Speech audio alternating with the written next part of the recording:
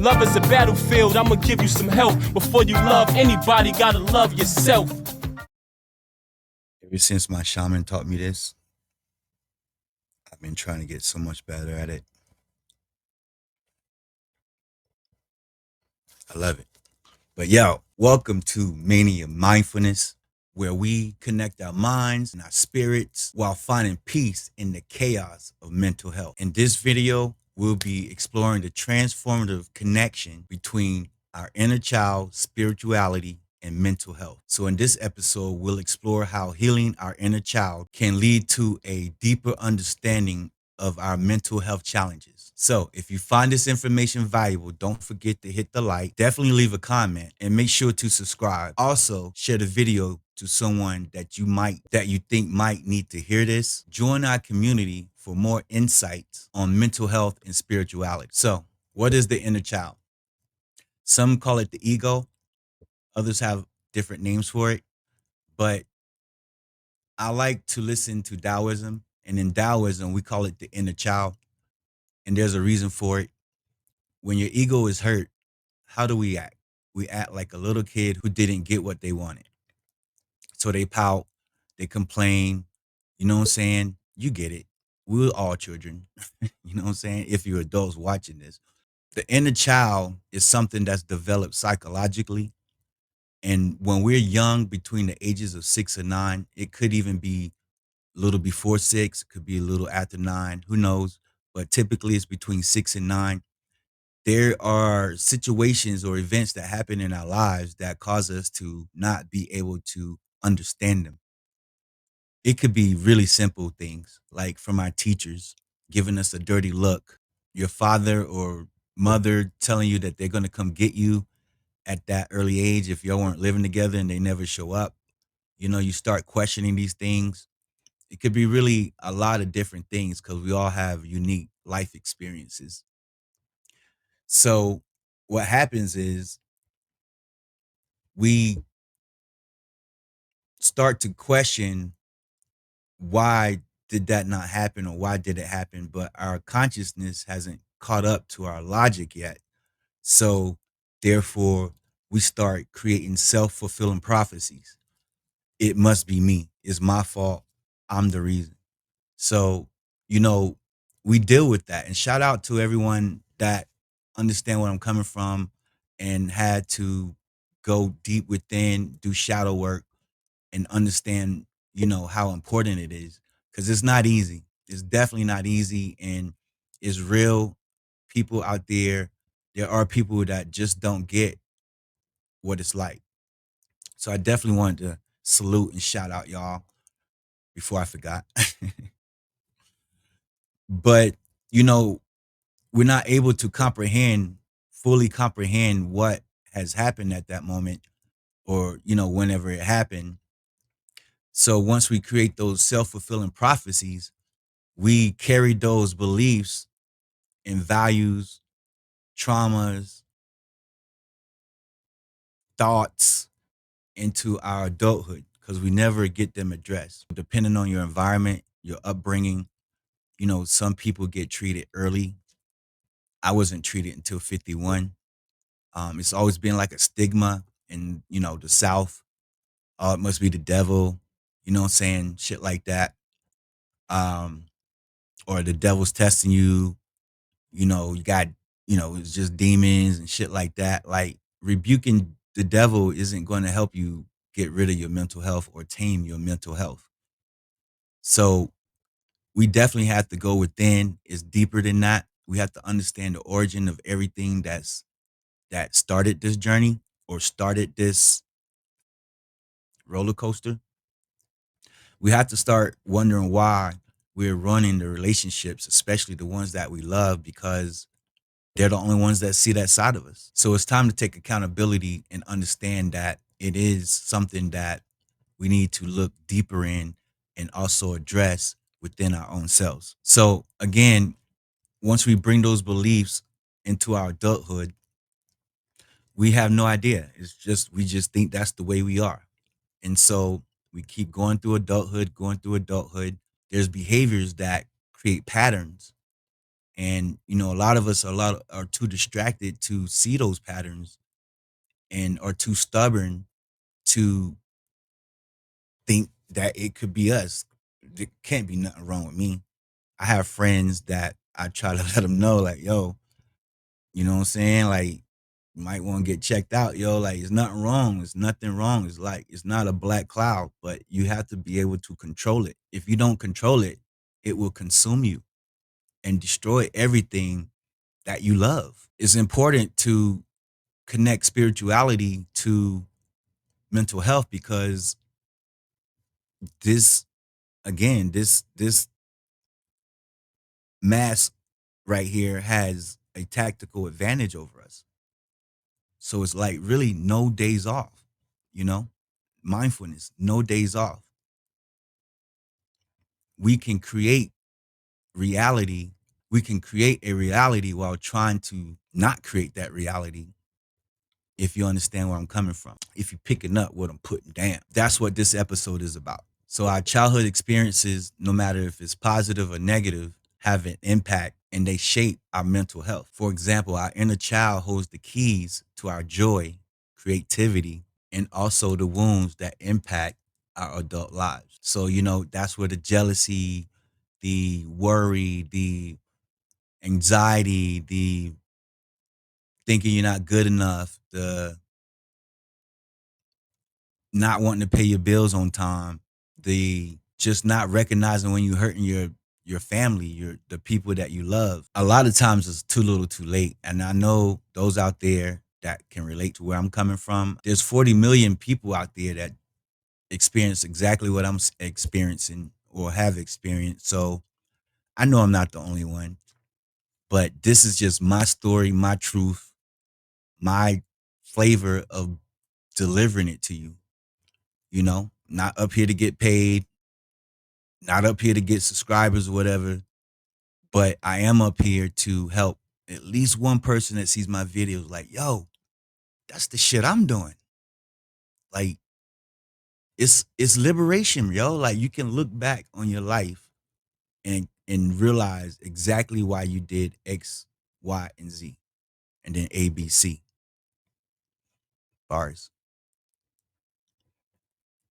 It's liberation, and then it's up to you moving forward to correct those behaviors.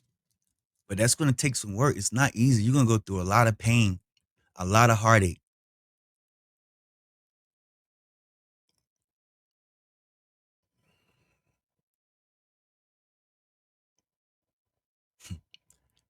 That's the cancer in me. One thing about being an empath is you just feel.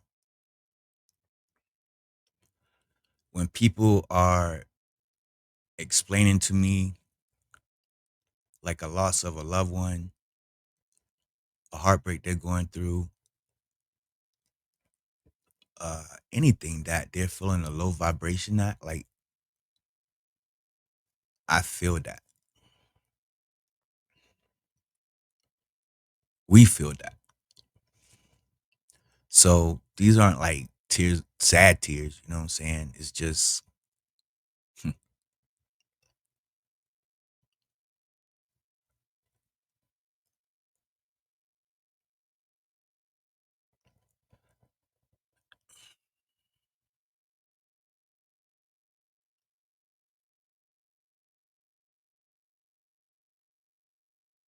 forgot where I left off.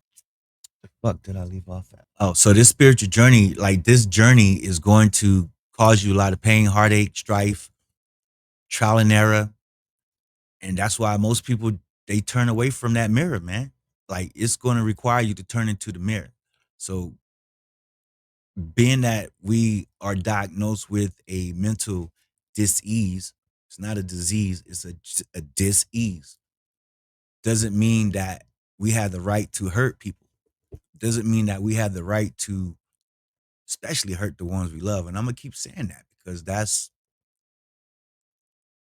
what we do. So um and I think always in my videos, man, for the neuro or the non-bipolar partners that come across this video, like shout out to y'all. Shout out to you. Um, I recently went through a breakup because my ex kind of just got fed up. And spirit actually telling me that there's always an orbiter. You know what I'm saying? So dealing with this condition or these conditions, and I was thinking the other day, um, I think my ex mentioned this before, but I've never got diagnosed for it. I think I will. I'm talk to my therapist about it. OCD. Um, I'm always I'm always cleaning. I'm always like just little shit that's out of order or whatever. Like it just bothers me. And I'm working on that. I'm working on that. I think I'm just self-diagnosed for now. I'm doing more research on it, but we'll see. I'll update y'all. Yeah, Spirit's telling me that she already has someone lined up. You know what I mean? Um, and it's been difficult to deal with. I've been listening to a lot of insightful videos. Shout out to Black Book Basics. Definitely appreciate y'all. Say y'all because, like you said, he's still with you. I still feel him when I watched your videos last night. So you got to be accountable for what you contributed for her to get to that point in the first place. And there were times I knew that I was neglecting her even when we was in the same room. It was like I was already in that pattern, you know what I'm saying? Come home, shower, get on the game a little bit. I guess I had insomnia too because it took me a long time to go to sleep even when I went to bed. But yo, when you invest time with somebody like that, yo, and it's just ripped away, that's like a death, you know what I'm saying? A lot of people don't get to experience that because they're too afraid to look in that mirror. They're too afraid to be vulnerable. They think that makes you weak. It's a superpower. Em- Emotions are a superpower. Emotions let you know that you are human. So if any of y'all niggas out there don't have no emotion, y'all motherfuckers must be clones or some shit. Because everybody has emotion, no matter what zodiac you are. Cancers are just empathic. So we just are in tune with a lot of energy shit that comes in our orbit. So everybody is fucking emotional. You know what I'm saying? But it all stems from your childhood, from your inner child. This shit is passion to me, man. Like I really strive every day while battling my own demons that I created, or dragons, as I like to say, that I created. We slaying dragons every day, man. We slaying them motherfuckers every day. So when are you gonna start slaying yours? When are you gonna start slaying your dragons? Because they're there. You created them consciously or subconsciously. We created them. Cat scared the shit out of me. So yeah, the inner child. Having bipolar, I guess it doesn't matter which one you have, one or two. It can activate unresolved childhood trauma. And that has a huge impact on emotional regulation and relationships. Going to be easy, yo. It's not going to be easy, but you got to be able to harness it. You got to be able to harness it because if you don't, it will destroy you. I'm hearing stories of dudes who go through heartbreak and they just have heart attacks. They just go in this depressive state. And that has a lot to do with the inner child. Depression is when you just feel like you can't control something.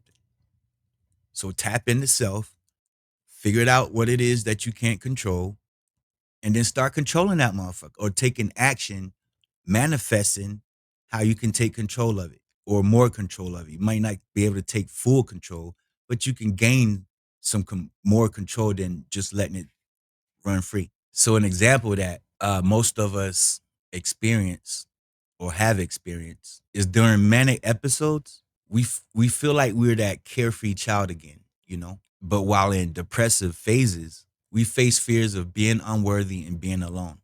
And again, that comes from this our childhood. You know, again, a lot of single people that prefer to be single, they're afraid of this shit. They're afraid to see this version of them. And they know deep down inside that it's there. They might not know what it is, but they know some shit ain't right. But they use the excuse of, oh, this is just me. This is just who I am. You're right. That's who you choosing to be. So that's why I want to mesh spirituality with mental health because mindfulness is being mindful every moment, being present of what you're doing, your behavior, your actions, being mindful of who you're hurting, why you're hurting them. Because we do push people out of our lives, but we don't have to. You could be 20 going through this. You could be 30. You could be 40. I'm 50 years young, but it doesn't matter your age. We all experiencing the same thing. Oh, wait a minute. I know what I was going to say. So the narc that I was talking to, she was displaying these behaviors. I was like, yo, why is she doing this? Like, you know what I'm saying? Like it's just felt intentional. And so I was doing research and found out like, you know what I mean? Like YouTube is such a search engine. It's a dope search engine. I was just typing up the behaviors that she was displaying and kind of find out I came across what a narcissist was. And my ass went to her like, yo, we good. We straight now. We can work on this now that we know what it is. And she's like, what you talking about? I'm like, you a narc. Yo, don't do that shit. Do not do that shit, fam. No, no, no. Research on what's the best method for you to deliver that type of information. I don't even think it's, I don't know. I mean, if somebody displaying that behavior, you got to call them out on it. You know what I'm saying? It's up to them to water that seed. Get what I'm saying? So, meditation, breathing techniques, EFT, tapping,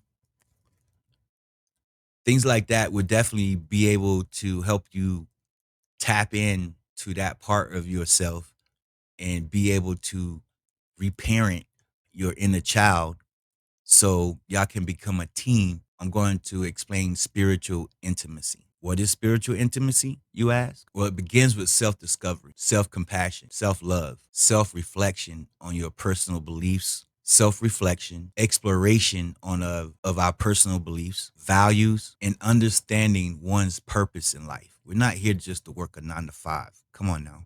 This process creates self awareness and authenticity. Spiritual intimacy also is connected with inner peace, clarity, self awareness, acceptance, peace. Along with meditation and mindfulness, journaling is also a great method to create a way for us to tap into our inner selves. Shit, going for walks in nature, like that's kind of my go-to, to be honest.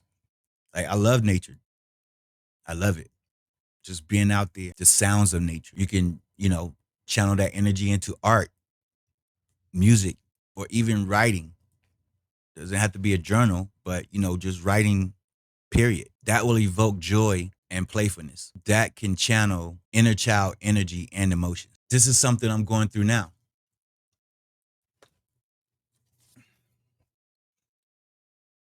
You know what I'm saying? I'm so glad I got this. It was like it was right there waiting for me. Shadow work is important for our mental health. What is shadow work, you ask? It works as the process of exploring and integrating the repressed aspects of ourselves, including the inner child, ego, or whatever. It's the same thing. I prefer inner child because I name my inner child Lil D. I'm Derek, that's Lil D. I'm Big D, Lil D. Big Derek, Lil Derek. You know what I'm saying? Name your dragons. I wouldn't say your inner child is a dragon, but your procrastination dragon, your laziness dragon, your jealousy dragon, your self doubt dragon, all those dragons, name them motherfuckers somehow so you can slay them. You don't even have to name them to slay them, but you got to recognize them. They're not going to go away just because you slay them yesterday and all last week. They come back, they come back, they come back, they come back. It's like they have unlimited lives and shit. So this is something that we're going to have for the rest of our lives, fam. It's important that you know that shit. Like that's huge. Like that's some real shit. And there's nothing wrong with us. It's just our experiences and our way of thinking. You know what I'm saying? Everyone has something they're dealing with, but this is what we're dealing with. This is our truth. You know what I'm saying? So it's important that we know this shit. There is a way to make it better. You don't always need medication. Medication help, but you got to make sure it's working for you. I started taking Adderall and I had insomnia like a motherfucker. We could do simple shit. We could do meditations. There's guided meditations to help you meet your inner child. You can write a letter to your inner child expressing love and understanding. What do you wish you could give your inner child if you could? Like go back and let them know that it's not their fault. It was not their fault. They have to understand that.